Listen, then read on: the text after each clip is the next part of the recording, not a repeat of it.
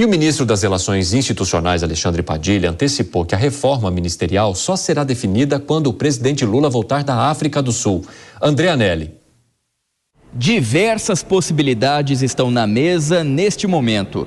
O ministro Alexandre Padilha já comunicou lideranças de partidos considerados de centro sobre a decisão do presidente Lula de anunciar a reforma ministerial apenas no fim do mês. Isso porque, na semana que vem, o presidente viaja à África para a reunião dos BRICS e depois passa por Angola e São Tomé e Príncipe. O retorno ao Brasil vai ser perto do outro final de semana, quando então devem ser anunciadas as decisões. A nossa apuração é de que a alternativa mais provável, pelo menos por enquanto, é que o Republicanos fique com o Ministério de Portos e Aeroportos. Já o PP ficaria com o novo Ministério da Micro e Pequena Empresa, com atribuições retiradas do Ministério da Indústria, Comércio e Serviços. O Progressistas ainda ficaria com a presidência da Caixa Econômica Federal.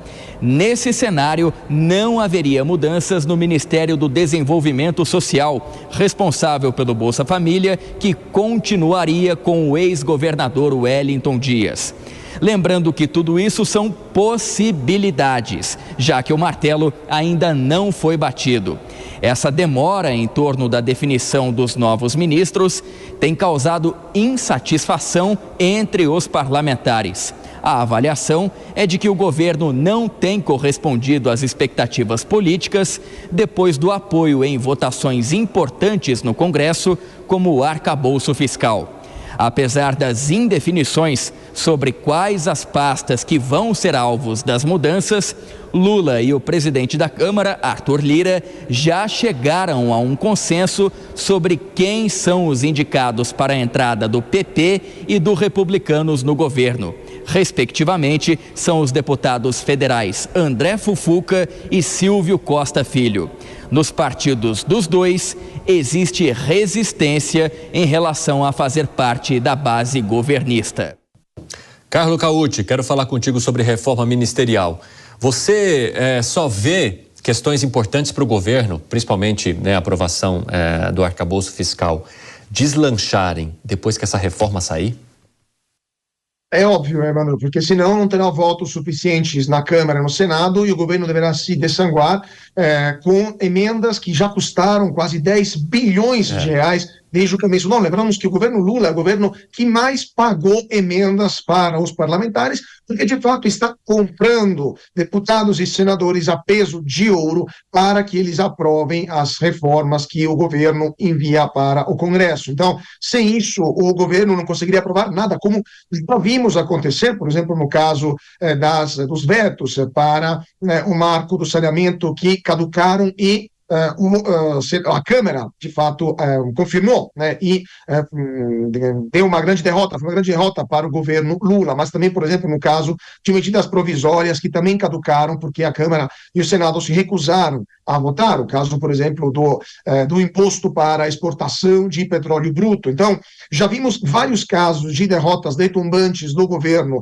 no Congresso, e o único jeito que o governo tem para tentar aprovar as coisas mais importantes, que são reforma tributária e o arcabouço fiscal, em um tempo hábil para poder fazer a lei de diretrizes orçamentárias para o ano que vem, de fato, incluir partidos que hoje não fazem parte da base aliada dentro do seu ministério. Isso significa, criar novos ministérios, como a gente ouviu, um novo ministério de micro e pequenas empresas.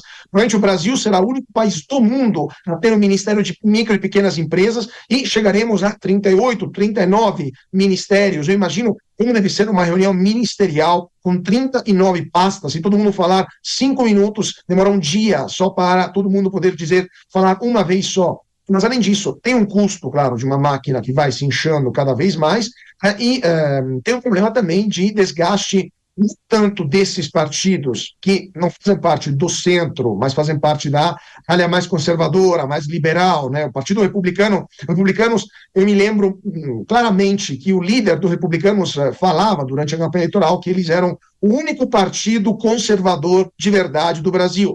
Se eles apoiarem o Lula, terão desgastes, obviamente, com seus eleitores, mas o próprio governo Lula terá desgastes com seus eleitores, porque ele estará trazendo para dentro forças que concordam com boa parte do programa, ou pelo menos as ideias, porque programa não tivemos durante a campanha eleitoral. Lula não apresentou um programa durante a campanha, mas com as ideias da esquerda que elegeram Lula. Então, será um problema, sim, para partidos que já estão discutindo internamente sobre apoiar ou não o governo Lula, mas será um desgaste político também para o governo. E termino, Evandro, dizendo: você cede um ministério de fato insignificante, né, minúsculo, como esse de micro e pequenas empresas, para um partido que está pedindo mais poder para votar aquilo que você considera como indispensável, você está dando um dedo, mas logo mais aquele partido vai pedir a mão e todo o braço. Tanto é que um dos ministérios, esses sim, de fato importantes, que estão na mira desses partidos, um ministério mais relevante, o Ministério da Saúde, né? Então, esse é apenas o começo de um desgaste político de um lado e eleitoral do outro, do governo Lula, que está refém de um Congresso que, de fato, é um Congresso completamente oposto ao governo que ele encabeceia.